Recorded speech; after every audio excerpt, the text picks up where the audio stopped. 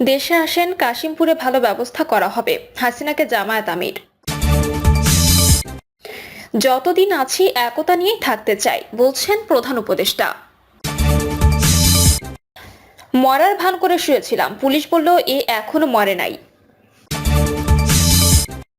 এবং সর্বশেষ জানাবো স্থিতিশীল সবজি বাজার, মাছ মাংসের দাম চড়া। শুনছিলেন সংবাদ শিরোনাম, এবারে বিস্তারিত। দেশে আসেন, কাশিমপুরে ভালো ব্যবস্থা করা হবে, হাসিনাকে জামায়াত আমির।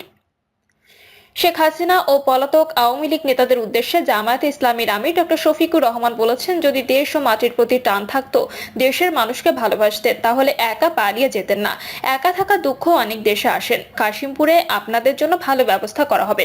ডক্টর শফিকুর রহমান বলেন, দেশ পরিবর্তনের জন্য জীবন দেওয়া সন্তানদের রক্তের উপর দিয়ে চাঁদাবাজি, দখল বাণিজ্য, ঘুষ, ভাগ বাটোয়ারা ও মামলা বাণিজ্য কেন চলবে? আমাদের সন্তানেরা ন্যায় বিচার চায়, বৈষম্যহীন বাংলাদেশ চায়, তারা দুর্নীতি চায় না। সেই বাংলাদেশ এখনো কায়েম হয় না বলে সেই বীর যোদ্ধারা আবারও স্লোগান তুলেছে, আবু সাইদ মুগ্ধ, শেষ হয়নি যুদ্ধ। আমরাও তাদের কণ্ঠে কণ্ঠ মিলিয়ে একই কথা বলতে চাই। একটি মানবিক বাংলাদেশ, দুর্নীতিমুক্ত, দুঃশাসন মুক্ত বাংলাদেশ কায়েম না হওয়া পর্যন্ত আমরা থামবো না। আবারও যুদ্ধের জন্য প্রস্তুতির আহ্বান জানিয়ে তিনি বলেন, মিডিয়ায় এখন থেকে সাদাকে সাদা ও কালোকে কালো বলবে, চোখে চোখ রেখে সংবাদ পরিবেশন করবে, কিন্তু এখনো চাঁদাবাজদের বিরুদ্ধে সংবাদ প্রকাশ হলে, সত্য খবর তুলে ধরলে তখন সাংবাদিকদের হত্যার হুমকি দেওয়া হয়, দেখে নেওয়ার হুমকি দেওয়া হয়। সেসব অডিও ভিডিওগুলো সামাজিক মাধ্যমে আসছে। আমরা সবাইকে বলি, আরেকবার যুদ্ধের জন্য প্রস্তুত হন। খারাপ মূলের গাছ কাটা পড়েছে, কিন্তু আগাছা রয়ে গেছে, এগুলো পরিষ্কার করা হবে। রাজনৈতিক দলগুলোর উদ্দেশ্যে আমিরে জামায়াতে বলেন, যখন তখন নিজেদের মাঝে যুদ্ধ করব না। পদ পদবি না পেয়ে দুই পক্ষের মধ্যে লেগে যাচ্ছে, হত্যার শিকার হচ্ছে দল ও নিরীহ মানুষ, এগুলো বাদ দেন। অনেক হয়েছে, দেশের মানুষ এসব দেখতে দেখতে ক্লান্ত, বিরক্ত হয়ে ঘৃণা করে। সত্যি যদি এসব ছেড়ে দিই, তাহলে বিবেকবান জনগণ যাকে খুশি ভোট দিয়ে ক্ষমতায় পাঠাবে, কিন্তু বদ খাসলত যদি ছাড়তে না পারেন, তাহলে অন্তত বোকা কিংবা দুর্বল ভাববেন না। যতদিন আছি একতা নিয়ে থাকতে চাই, বলছেন প্রধান উপদেষ্টা। ঐক্যের মাধ্যমে অন্তর্বর্তী সরকারের জন্ম হয়েছে উল্লেখ করে প্রধান উপদেষ্টা ডক্টর মোহাম্মদ ইউনূস বলেছেন, আপনারা দোয়া করবেন, আমি যতদিন আছি এই একতা নিয়েই থাকবো, আমাদের সেই পথে চলতে হবে। রাজনৈতিক দলের প্রতিনিধিদের উদ্দেশ্যে প্রধান উপদেষ্টা বলেন, আপনাদের সবার সঙ্গে দেখা হলে, বসতে পারলে আমার কাছে খুব ভালো লাগে, মনে সাহস পাই। কারণটা পরিষ্কার, এই সরকারের জন্ম হয়েছে ঐক্যের দ্বারা। যখন আমরা নিজেরা কাজ করি, হঠাৎ তখন দেখি একা পড়ে গেছি, আশপাশে আপনারা কেউ নেই, তখন একটু দুর্বল অনুভব করি। আবার যখন আপনারা একসঙ্গে হন, মনের মধ্যে সাহস আসে যে আমরা একতাবদ্ধ আছি। একতাতেই আমাদের জন্ম, একতাতেই শক্তি। আপনাদের সবার সঙ্গে দেখা হয়ে প্রাণ সঞ্চার হয়। জুলাই গণঅভ্যুত্থানের ঘোষণাপত্র ইস্যুর অবতারণা প্রসঙ্গে ডক্টর ইউনূস রাজনৈতিক দলের নেতাদের বলেন, মাঝখানে একদিন ছাত্ররা এসে বলল যে তারা একটা ঘোষণা দেবে, প্রোক্লেমেশন করবে, আমাকেও সেখানে থাকতে হবে। আমি বুঝতে চাইলাম কি প্রোক্লেমেশন, তারা বলল, আমি বললাম এটা হবে না, সেখানে আমারও যাওয়া হবে না, আর তোমাদেরও এটা করা ঠিক হবে না। তোমরা যদি 5ই আগস্টে ফিরে যেতে চাও, সেদিনের পরিপ্রেক্ষিতে যা হয়েছিল সেটা রিক্রিয়েটিভ করতে হবে, এটা একটা করা যাবে না।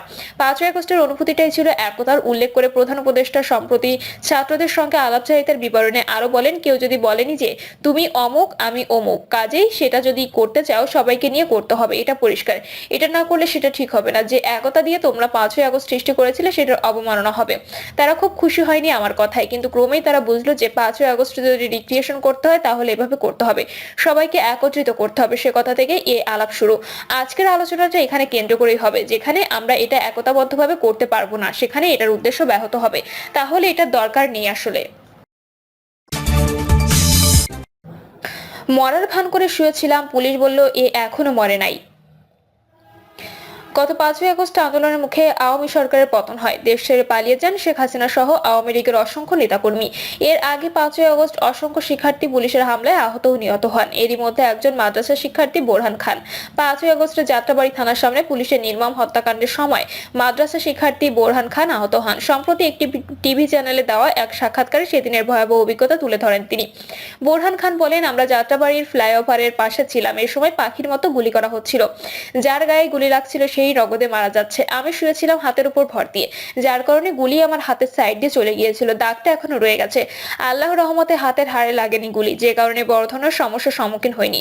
আমার হাতে গুলি লাগার পর আমি সোজা হয়ে শুয়ে যাই। তিনি আরো বলেন, যখন দেখলাম পরিস্থিতি পুরোপুরি পুলিশের আয়ত্ত আছে, গুলিটা লাগার পর আমি মরার ভান করে শুয়েছিলাম। যেহেতু আমার প্রাণ ছিল, যদি এরকম টেকনিক খাটাই তাহলে বাঁচতে পারি এমন মনে হচ্ছিল। চোখগুলো বন্ধ ছিল, কিছুক্ষণ পর চোখ মেরে দেখি গুলি চলছে। গুলির শব্দে আমার চোখ নড়ছে দেখে এক পুলিশ দেখে বলছে, এ এখনো মরে নাই উল্লেখ করে বোরহান বলেন, পরে পুলিশের আমাকে জোরে জোরে আঘাত করতে থাকে, আমার বাজায় পায়ে লাথি দেয়, পরে আমার চোখে মুখে পানির ছিটা দেওয়ার পর আমি পরিপূর্ণভাবে চোখ মেলে উঠে বসি। তখন আশপাশ থেকে আরো পুলিশ এসে আমাকে রাইফেল পিস্তল দিয়ে অনেক জোরে জোরে আমার শরীরের বিভিন্ন জায়গায় আঘাত করতে থাকে। তখন আমি চিৎকার করে বলছিলাম, স্যার আমাকে ছেড়ে দেন। পরে একজন বলেন, ওনাকে আর মারিয়েন না, আমার পায়ের রানগুলো ফুলে গেছে, পা অনেক জখম হয়েছে। পরে একজন বলেন, উনি যদি যেতে পারেন তাহলে ছেড়ে দেন। গত বছরের 5ই আগস্ট টানা 15 বছর পর পরাজয় হয় ক্ষমতাসীন দল আওয়ামী লীগের। স্থিতিশীল সবজি বাজার, মাছ মাংসের দাম চড়া। সরকার পতনের পরও উত্তপ্ত ছিল সবজি সহ নিত্য প্রয়োজনীয় সব পণ্যের বাজার। ঋতু পরিবর্তনের সঙ্গে সঙ্গে ঊর্ধ্বমুখী সবজি বাজারে কিছুটা স্থিতিশীলতা এসেছে, কমেছে আলু পেঁয়াজ সহ অন্যান্য সবজির দাম, তবে এখনো চড়া মাছ মাংস মুরগির বাজার। সরেজমিনে দেখা গেছে বাজারে আলু শিম টমেটো সহ সব ধরনের শাকসবজির দাম কমেছে। আজ আলু 30 থেকে 35 টাকা, পেঁয়াজ 50 টাকা, মানভেদে প্রতি কেজি বেগুন 45 থেকে 50 টাকা, বরবটি 50 থেকে 60 টাকা, মূলা 20 টাকা, পটল 60 টাকা, পেঁপে 30 টাকা, গাজর 40 টাকা, টমেটো 40 থেকে 50 টাকা, সিম 25 টাকা, শসা বিক্রি হচ্ছে 40 থেকে 50 টাকা কেজি দরে। এছাড়া ঢেঁড়স 70 টাকা, চিচিঙ্গা 60 টাকা, ধুন্দল 70 টাকা, ঝিঙা 7 টাকা, পেঁয়াজকলি 50 টাকা, কচুরলতি ও কচুরমুখী 80 টাকা, মিষ্টি কুমড়া 30 টাকা, কাঁচা মরিচ 80 টাকা, ধনেপাতা 50 টাকা কেজি দরে বিক্রি হচ্ছে। মানভেদে প্রতিটি লাউ 80 টাকা, চাল কুমড়া 7 টাকা, ফুলকপি 20 থেকে 30 টাকা, বাঁধাকপি 20 টাকা করে বিক্রি হচ্ছে। এছাড়া প্রতি হালি কাঁচা কলা 20 টাকা, লেবু বিক্রি হচ্ছে 20 থেকে 25 টাকা করে। রায় সাহেব বাজারের সবজি বিক্রেতা আজমির হোসেন বলেন, সবকিছুর দাম গত সপ্তাহের মতোই আছে, কোনো কিছুর দাম বাড়েনি, বরং আলুর দাম কমেছে। সাদাত হোসেন নামে আরেক বিক্রেতা বলেন, শীতকালে এমনিতে সবজির দাম কম থাকে, এরকম যদি সবসময় থাকে তাহলে আমরা যেমন মালামাল বিক্রি করে শান্তি পাবো, তেমনই ক্রেতারাও কিনে স্বস্তি পাবেন। আলু পেঁয়াজ বিক্রেতা মোবারক মিয়া বলেন, গত সপ্তাহের তুলনায় আলুর দাম কমেছে, দেশি পেঁয়াজের দামও এখন নাগালের মধ্যে আছে, তাই ভারতীয় পেঁয়াজের দরকার হয় না। দেশি পেঁয়াজের চেয়ে ভারতীয় পেঁয়াজের দাম অনেক বেশি। দেশি পেঁয়াজ আমরা ন্যায্য মূল্যে বিক্রি করলে আমাদেরও লাভ, দেশের কৃষকেরও লাভ। এদিকে স্থিতিশীল সবজির দাম দেখে অনেকটাই স্বস্তির নিঃশ্বাস ফেলেছে বাজারে আসা ক্রেতারা। শ্যামবাজারে বাজার করতে আসা জসিম উদ্দিন বলেন, শীত আসার পর সবজির বাজারে চোখ বন্ধ করে কেনাকাটা করা যায়, সবকিছুর দাম মোটামুটি নাগালের মধ্যে আছে। এমন বাজার আমরা সবসময় প্রত্যাশা করি। সবজির বাজারে স্বস্তি পেলেও মাছ মাংসের বাজারে এসে অস্বস্তি বোধ করেন ক্রেতারা। মাছ মাংসের ঊর্ধ্বমুখী দাম করে সহনীয় পর্যায়ে আসবে তা নিয়ে উদ্বিগ্ন ক্রেতারা। সরেজমিনে দেখা গেছে বাজারে প্রতি কেজি গরুর মাংস বিক্রি হচ্ছে 750 টাকা কেজি দরে, খাসির মাংস 1150 টাকা কেজি দরে বিক্রি হচ্ছে। এছাড়া আজ ব্রয়লার মুরগি 200 থেকে 210 টাকা, কক মুরগি 340 থেকে 350 টাকা, লেয়ার মুরগি 280 থেকে 290 টাকা, দেশি মুরগি 550 টাকা কেজি দরে বিক্রি হচ্ছে। ফার্মের মুরগির প্রতি ডজন ডিম বিক্রি হচ্ছে 135 টাকায়। প্রিয় দর্শক, এই ছিল এখনকার সর্বশেষ সংবাদ। আপডেট সব সংবাদ পেতে চ্যানেলটি সাবস্ক্রাইব করে বেল আইকনটি ক্লিক করে রাখুন।